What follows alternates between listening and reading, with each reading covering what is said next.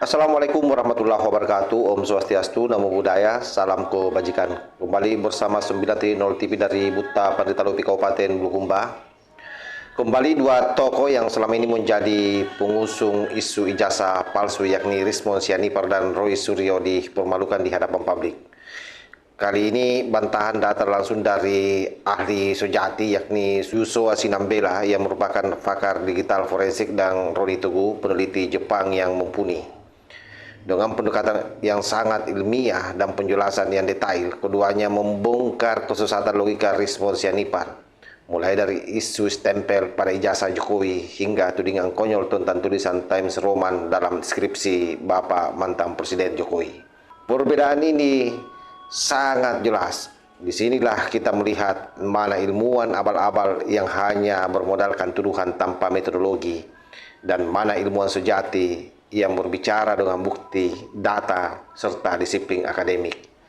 Oleh karena itu, sahabat-sahabat sekalian, saya mengajak untuk kita menyimak secara bersama-sama bagaimana penjelasan ilmiah ini, dan sekali lagi menelanjangi kebohongan yang selama ini digembar-gemborkan oleh Rismon Sianipar CS.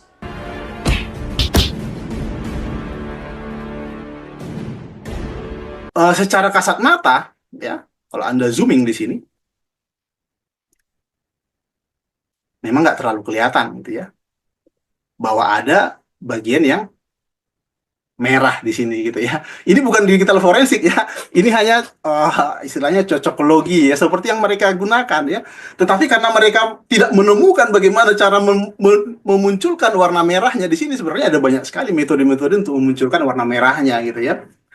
Nah, saya salah satu metode yang kemarin Mas Teguh sudah bilang ya, sudah tunjukkan ya. Jadi kita menggunakan namanya di bagian colors ini ya. Sebenarnya ada beberapa teknik ya, bisa memunculkan bagian-bagian itu sebenarnya ya. Kalau tone mapping ya, beda sama tone curve ya. Anda bisa cari nanti apa sih perbedaan antara tone curve sama tone mapping ya. Nah, si apa? Si topi merah itu, topi miring, dia menggunakan tone curve, ya, artinya nggak ketemu dia. Ya. Kenapa nggak ketemu gitu ya? Ya karena dia nggak paham gitu ya. Nah, cukup pakai ini saja ya. Secara umum, ya ini defaultnya saya settingannya udah default seperti ini ya. Anda bisa lihat ya, sebenarnya muncul aja ya warna merahnya di sini, gitu ya. Kelihatan ya bagian merahnya. Ini menggunakan gambar yang sandi ya. Saya nggak perlu kasih tunjuk gambarnya, hasil scan-nya. Kita punya gambar, hasil scan sama ya aslinya juga ada. Nanti dikasih tunjuk di pengadilan. Ya, itu jelas banget kok kelihatan di hasil scan-nya. Itu kasat matanya kelihatan bahwa garis merah ini melintasi kok, gitu ya. Kalau foto ditempel sebenarnya harusnya bagian yang sini juga nggak nempel lah, gitu ya. Karena ini fotonya yang ditempel kata mereka. Baik, ya. Jadi di sini sebenarnya kelihatan ya. Masih screen saya masih kelihatan ya. Kelihatan warna merahnya ya melintasi itu. Meskipun ini bukan forensik sebenarnya, cuman ya itulah yang mereka lakukan dan mereka kebetulan nggak ketemu gitu ya. Nah, itu bukan forensik yang sesungguhnya. Ya. Ketika ada dokumen analog, ingin terutama seperti ijazah atau uang palsu atau uang apapun lah gitu ya, dokumen-dokumen penting lah gitu ya. Biasanya dokumen-dokumen berharga ya, seperti ijazah itu punya proteksi atau security system sendiri ya, security-nya sendiri gitu ya. Seperti ijazah ini ya. Nah, ini aslinya ya. Nah, ini seperti proteksi ijazah katakanlah ya. Sama seperti uang palsu atau uang ya, mata uang seperti ini. Kan ada proteksinya ya, proteksinya. Proteksinya apa? Proteksinya rata-rata itu fisik ya. Fisik layer ya. Jadi ada lapisan-lapisan fisiknya yang nggak mungkin kita bisa analisis menggunakan digital. Ya. Nah, itu makanya ijazah, dokumen-dokumen berharga seperti ini, nggak bisa menggunakan digital forensik. Ya. Harus menggunakan analog, atau menggunakan namanya dokumen examiner, pemeriksaan dokumen, pemeriksaan fisik dokumen. Meskipun sebenarnya ya beberapa metode-metode dalam dokumen examiner, mereka mengkombinasikan menggunakan teknologi digital juga sebenarnya, tapi bukan digital forensik gitu ya. Nah, sama seperti apa ya? Ada teknologi biasanya digunakan oleh kepolisian untuk mendeteksi bercak darah gitu ya. Wah, mereka menggunakan sinar khusus ya, sinar semacam sinar biru gitu ya. Nanti ketika kelihatan darah, dia akan memancar sendiri, memancar sendiri. Nah, kurang lebih ya untuk ijazah, untuk dokumen-dokumen penting seperti uang dan seterusnya, itu harus menggunakan teknologi-teknologi seperti itu. Ya. Nah, di ijazah misalnya, ya apa sih eh, apa namanya metode-metode pengamanan di ijazah itu ya secara fisik ya nanti akan kelihatan ada namanya watermark ya watermark ya ya logo di sini ya bisa dikategorikan watermark tapi sebenarnya ada watermark yang ada di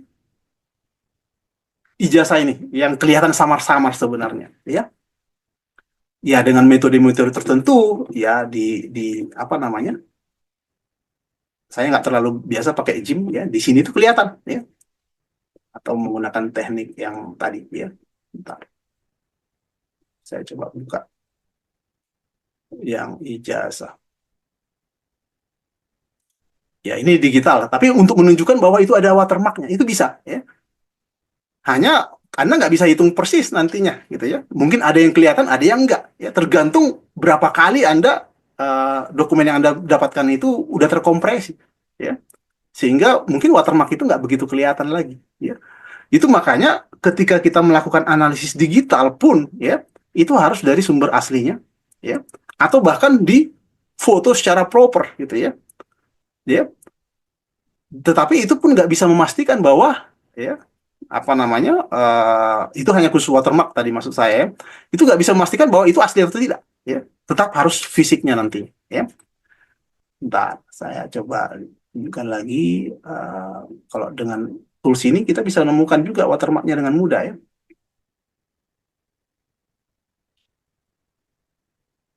Ya, tapi bukan dengan ELA ya, dengan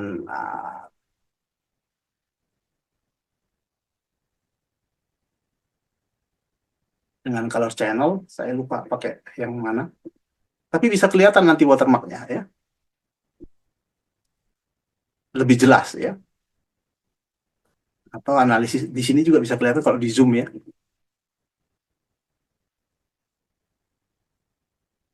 Nah, di sini juga ada sih sebenarnya ya, watermarknya itu di sini ya. Ada tulisan ya, ini menggunakan luminance ya. Nah, ini ada watermarknya di sini ya. Nah, itu salah satu contoh pengamanannya. Yang berikutnya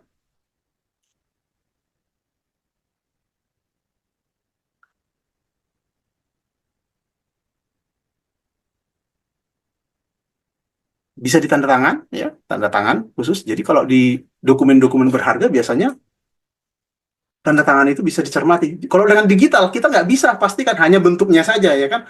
Tapi kalau dengan analog ya, dokumen examiner kita bisa mengkalkulasi tekanannya ya. Jadi dalam kertas karena kertas itu rata-rata ya kertas ijazah itu kan ditandatangani secara analog manual ya, bukan digital dicetakkan gitu ya. Ditandatangani begitu. Kelihatan ya nanti seberapa kuat tekanan tersebut. Nah, tekanan itu nggak mungkin didapatkan dengan digital forensik gitu ya. Mungkin ketebalannya kelihatan, tapi tekanannya belum tentu. Itu tergantung penanya gitu ya, yang digunakan untuk menandatangani gitu ya. Kalau ijazah yang baru sekarang ada hologram, ya, ada hologram. Ya. Jadi kalau dengan foto saja, apalagi fotokopi, itu nggak kelihatan kalau itu hologram atau bukan gitu kan. Itu makanya nggak boleh ya ketika orang menganalisis keaslian sebuah dokumen, itu memanfaatkan fotokopinya, ya, seperti yang dilakukan oleh Roy Suryo gitu ya. Bahkan diuji ELA pula itu fotokopinya. Wah, ini saya geleng-geleng saja gitu ya. Bagaimana mungkin gitu ya bisa menemukan, bisa diuji ELA sebuah fotokopian gitu ya. Fotokopian aja bukan bentuk original lagi gitu ya. Jadi analisis apa yang mereka lakukan? Apakah itu digital forensik atau bukan? Nah, ini yang kita bingung gitu ya. Nggak bisa dikatakan itu digital forensik. Ya. Padahal mereka selalu menyampaikan ini digital forensik gitu kan. Padahal yang mereka uji adalah analog, ya. Yang mereka uji adalah fisik gitu ya. Oke, ya jadi mudah-mudahan paham lah ya. Sebenarnya secara kasat mata sebenarnya kelihatan ada ya. Bagian sini itu yang apa namanya yang berupa watermarknya ya. Tulisannya Universitas Gajah Mada, Universitas Gajah Mada gitu ya. Jadi zaman dulu mencetak ijazah itu berlapis beberapa kali ya. Bukan dicetak sekali saja gitu ya. Jadi mereka ada template-nya dulu, hanya logonya dulu gitu ya. Kemudian dicetaklah dengan tulisan yang apa namanya? Yang menggunakan font cetakan ini ya. Kemudian setelah itu baru ditandatangani atau ditulis analog ya tulisannya di sini. Ya. Kemudian di sini ada materai ya, materai. Ya. Zaman dulu memang ya semuanya pakai materai ya, zaman itu. Ya. Nah, yang saya nggak habis pikir ya di hampir semua video-video di YouTube di lain-lain itu komentar-komentar yang muncul itu jurusan ya, jurusan teknologi kayu gitu ya. Jadi uh, saya nggak tahu gimana cara menyadarkan orang-orang apa ini orang-orang yang kudet ini gitu ya, kurang update gitu ya. Jadi dari apa namanya diskusi kita ya dengan teman-teman di Fakultas Kehutanan, kemudian dari alumni-alumni yang ada, bahkan berulang kali juga disampaikan oleh apa namanya teman-teman satu angkatan ya Jokowi ya. Jadi di Fakultas Kehutanan ya itu dulu tidak ada jurusannya gitu ya. Memang nggak ada jurusannya, nggak disebut jurusan sebenarnya gitu ya. Jadi ya minat mereka yang dianggap mereka sebagai jurusan sama ya. Kalau zaman saya di UGM ya, saya masuknya di JTE, jurusan Teknik Elektro gitu ya. Minatnya, nah di dalam itu program studinya juga Teknik Elektro, tapi minatnya saya SKI, Sistem Komputer dan Informatika. Ya. Jadi memang itu baru diambil setelah semester agak akhir lah, semester 6, semester 5, semester 6 sampai semester berikutnya ya. Jadi itulah yang dianggap sebagai jurusannya gitu ya. Kalau di zaman saya kan berbeda sama zamannya Pak Jokowi ya. Jadi zaman dulu di kehutanan itu tidak ada jurusan di zaman Pak Jokowi. Jadi mereka menyampaikan jurusan itu ya sesuai dengan minatnya, ya, sesuai dengan penelitiannya, sesuai dengan bidangnya, kira-kira seperti itu. Tetapi itulah yang diulang-ulang gitu ya. Karena Pak Jokowi ngomongnya jurusan teknologi hutan karena memang topiknya penelitian dia berhubungan teknologi kayu ya, teknologi kayu maksudnya ya. Bolak-balik aja itu yang disinggung gitu ya. Saya nggak tahu karena mereka nggak punya bahan lagi atau apa gitu ya. Ya memang jelas ya semua sudah terbantahkan. Saya nggak tahu apa lagi ya menjadi alasan mereka. Analisis digital forensik itu semua teman-teman di Bareskrim, di Polda, segala macam, semua komunitas apapun tahu bahwa ijazah itu produk analog gitu ya. Nggak boleh dianalisis dengan digital forensik ya. Kalau ingin menguji keasliannya ya, menguji keaslian dari sebuah ijazah tersebut ya. Tapi bisa nggak sih kita melakukan perbandingan antar ijazah menggunakan fotonya misalnya? Ya bisa saja, digitalnya bisa saja gitu ya. Nah itu namanya analisis konten ya. Di mana-mana sebenarnya gitu ya ijazah palsu, ya, mendeteksi ijazah palsu itu sangat mudah ya dengan menganalisis kontennya saja sebenarnya. Kontennya apa? Ya misalnya digambarin. Konten yang dilihat itu adalah nomor pertama ya.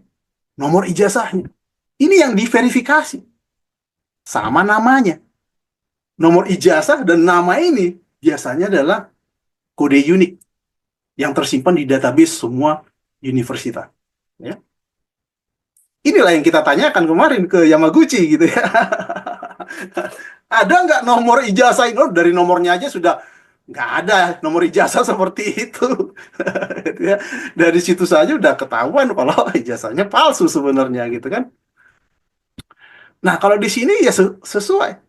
Ini memang kode khusus untuk Bapak Jokowi, ya. Sama nomor mahasiswanya. Ini nomor mahasiswanya. Nah, nomor mahasiswa ini yang sempat berbeda antar fakultas, ya. Ada fakultas yang menambahkan kode fakultasnya dan nomor fakultasnya, gitu ya. Tapi di Fakultas Kehutanan dia hanya nomor aja, ya. Hanya NIM-nya saja, tidak ada kode fakultasnya. Nah, ini yang di awal-awal dulu, ya, si Rismon itu menyampaikan bahwa ini palsu pasti beda. Kenapa? Karena dia membandingkan antara ijazah Fakultas Kehutanan Jokowi dengan ijazah rekan saya Pak Bambang Prastowo gitu ya, di MIPA, ya kan. Di MIPA ternyata ada kode fakultasnya gitu kan. Nah, ini yang awalnya, ya, mereka menyatakan 11.000%, 11.000 triliun% kalau nggak salah, ya, palsu gitu ya. Tetapi setelah dikasih tunjuk ijazah teman-teman Fakultas Kehutanan, wah, akhirnya ke fontnya gitu ya, atau ke skripsinya dan macam-macam lah, akhirnya ke pembimbingnya gitu ya, sampai ke KKN-nya gitu kan, sampai kemana lagi saya nggak ngerti lagi ya, sampai ke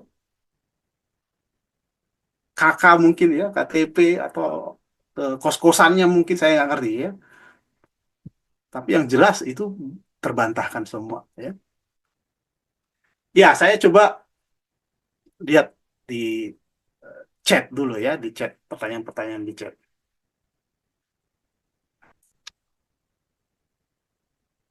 Oke, yang pertama dari Mas Ari, ya. Tolong jelaskan lagi Om terkait tulisan ijazah yang keluar dari logo UGM yang kata itu mencotot. Mencotot. Jadi gini, pada saat, ya, jadi mencetak ijazah ini itu kan berbeda dengan mencetak ijazah zaman sekarang lah gitu ya. Lembar ijazah itu kan dipotong-potong, ya, dipotong-potong. Ya. Dan otomatis nggak bisa seragam semuanya. Ya. Jadi, nah ini yang perlu saya sampaikan, ya. Yang mencotot itu, yang beda, ya. Jadi huruf A-nya mungkin berbeda di mana ya? Yang ini ya mungkin ya, yang ini ya. Nah ini, ya, huruf A-nya kalau di ijazah Pak Jokowi kan agak keluar nih, gitu kan? Yang lainnya kok enggak, gitu kan? Jadi kawan-kawan, selamat malam. Senang sekali saya bisa online lagi bersama teman-teman sekalian. Nah, sebelumnya saya mau bicara sedikit tentang apa yang disebut dengan RGB teori, karena Pak Risman kemarin nggak terlalu ini ya, nggak terlalu bisa menemukannya itu. Nah, itu sudah kita bantah kemarin dengan apalagi dengan siapa namanya, topi miring ya Mas Jos namanya Nah, tuh. iya, iya, tapi Oh, miring. topi miring ya. Oke, dan terlalu inilah apa namanya, tidak tidak mendasar teorinya karena dibangun berdasarkan apa yang disebut dengan teori warna. Jadi dicocok-cocokkan aja lah ininya.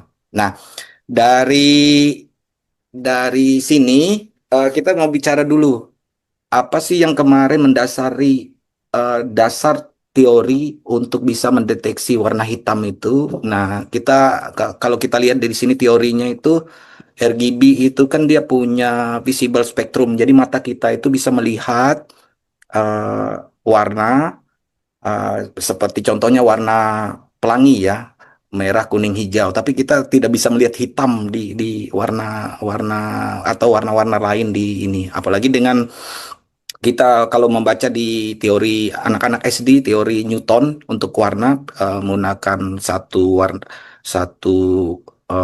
warna putih, kemudian dia menggunakan prisma, nanti dia akan keluar spektrum warnanya. Jadi ada merah, ada biru, ada hijau, ada magenta dan sebagainya. Nah, dari sini kan ada 400 nano, kemudian ada 700 nano. Ini spektrum warna. Saya rasa sih si Rismon pasti belajar lah dulu belajar. Nggak tahu apakah dia dia bisa bisa sampai teorinya sampai sini. Saya nggak tahu karena dia di computer vision, berarti kan saya juga belajar dulu di computer vision juga. Nah, apa yang mendasari eh, pendeteksian warna yang diwarnai hitam? Saya akan contohkan di sini. Ini bisa dilihat nggak deh papernya? Bisa, bisa. Oke, ini paper Rana Patal, judulnya Gradient Dynamic High Dynamic Range Kompresi. Inilah dasar saya waktu itu menggunakan aplikasi JIMS yang tune mapping, di mana ada algoritma Patal et al. 2002. Nah, ini papernya. Nah, dasar dasar teorinya adalah metodenya adalah metode ini akan akan mencerahkan dari image, dari detail di mana ada warna hitam. Ini regional warna hitam. Nah, kebetulan case problemnya itu adalah cap warna merah yang diduga melintas atau di belakang. Nah, dengan teori ini, saya melihat bahwa teori ini yang cocok untuk bisa digunakan untuk computer vision. Jadi, nanti kita akan melihat secara detailnya yang Mas Jos tadi sudah beritahu bahwa sudah di-scan dan kelihatan sudah garisnya. Fungsi dari computer vision adalah meyakinkan atau mencari informasi baru atau membantah teori-teori yang selama ini berseliweran atau beredar. Nah, gradient domain high dynamic range kompresi ini contohnya seperti ini. Dari warna hitam ini kita dapat bisa detailnya seperti ini gambarnya. Atau kalau kita perlihatkan lagi gambar yang lebih bagusnya lagi, nah kita punya foto misalnya. Di sini ada warna hitam. Terus menggunakan algoritma ini kita bisa melihat detailnya sini. Itu sebabnya foto yang kemarin yang ada foto di ijazah tersebut warna hitamnya dan Rismon tidak bisa menemukannya. Disinilah detailnya bisa kelihatan. Jadi sudah terpatahkan teorinya, penelitiannya sudah tidak berlaku lagi. Teorinya itu sudah gugur secara keilmuan ya, Mas Jos ya. Nah, eh, jadi em, lebih pada saya setuju tadi dikatakan bahwa satu kekurangan literasi, lalu yang kedua terlalu cepat untuk melakukan pengambilan keputusan. Jadi tidak menggunakan metode-metode yang lain. Kalau saya menggunakan metode-metode lain sama, lintasannya akan kelihatan dengan tone mapping. Ada 4 algoritma, termasuk dengan menggunakan level. Jadi termasuk teori di topi miring itu jauh sekali, tidak bisa digunakan untuk sebuah yang namanya kategori ilmiah. Nah, oke, mungkin itu Mas Jos memperkuat bahwa teori warna dengan bagaimana kita sebuah penelitian atau sebuah analisis ilmiah itu berdasarkan teori-teori yang dibangun berdasarkan teori warna, papernya yang sudah dikerjakan orang kita pelajari lagi, kemudian kita implementasikan, rekonstruksi ulang, baru kita bisa melihat bahwa ada sebuah metode baru atau ada sebuah clue baru, kita bisa bandingkan lagi dengan metode-metode yang lainnya. Nah, mungkin itu Mas Jos tambahan dari saya bagaimana SOP, standar penelitian, standar kita mencari sebuah informasi baru. Terima kasih Mas Jos. Ini kebetulan foto saya yang beresolusi tinggi. Dan nanti kalau ada teman-teman yang butuh yang resolusi tinggi bisa kontak saya. Saya ini yang saya foto sendiri ya. Kelihatan banget misalnya di sini ya. Huruf font di sini itu berbeda dengan font yang di sini. Ya. Font ini font yang atas, yang bold, yang apa yang caps lock semua, itu berbeda dengan huruf yang di sini. Ya. Jadi udah beda font. Kenapa? Bisa kita lihat dari huruf A-nya, ini ada topinya. Ya. Kelihatan kan ada topinya? Nggak ada Times New Roman yang ada topinya. Ya. Times New Roman semuanya seperti ini. Runcing, ya, semuanya. Huruf A-nya, ya. Times maupun Times New Roman itu sama, ya, huruf Berarti A-nya. bukan Times juga ya? Bukan, bukan. Lihat nih. Iya. Ini Mungkin ada keluarga topinya. berkaki iya, tapi bukan dua font itu. Iya, bukan. Jadi bukan Times New Roman. Nah, tetapi di bawah iya ada yang mirip dengan Times New Roman. Ah, yang ada A-nya coba. A itu di mana ini? Itu KT-nya Pak Jokowi itu yang apa? Joko Widodo 1681 KT-nya itu juga gantung. Ahmad Sumitro ini A-nya nggak Oh iya. apa, ya kan? Nah ini Tapi kakinya beda sama Times Roman juga. beda. Nah, sebenarnya semuanya beda. Iya. Ya. Bukan Saya kan font cuma melihat printing. aja huruf A-nya tadi, ya, yang atas tadi. Jadi kalau ini word processor nggak mungkin beda fontnya antara atas sama bawah, ya kan? Berarti untuk menuduh pun Rismon udah salah dari awal. Udah salah dari awal, udah salah. Menyebut ini Times New Roman itu udah keliru, ya. Udah keliru. keliru udah. Ya. Jadi bisa kita lihat di sini. Huruf A-nya itu udah berbeda nih. Huruf banyak yang berbeda, bukan hanya huruf A ya. Nanti huruf D juga Anda coba bandingkan, ya. Huruf S-nya juga berbeda, bukan Times New Roman.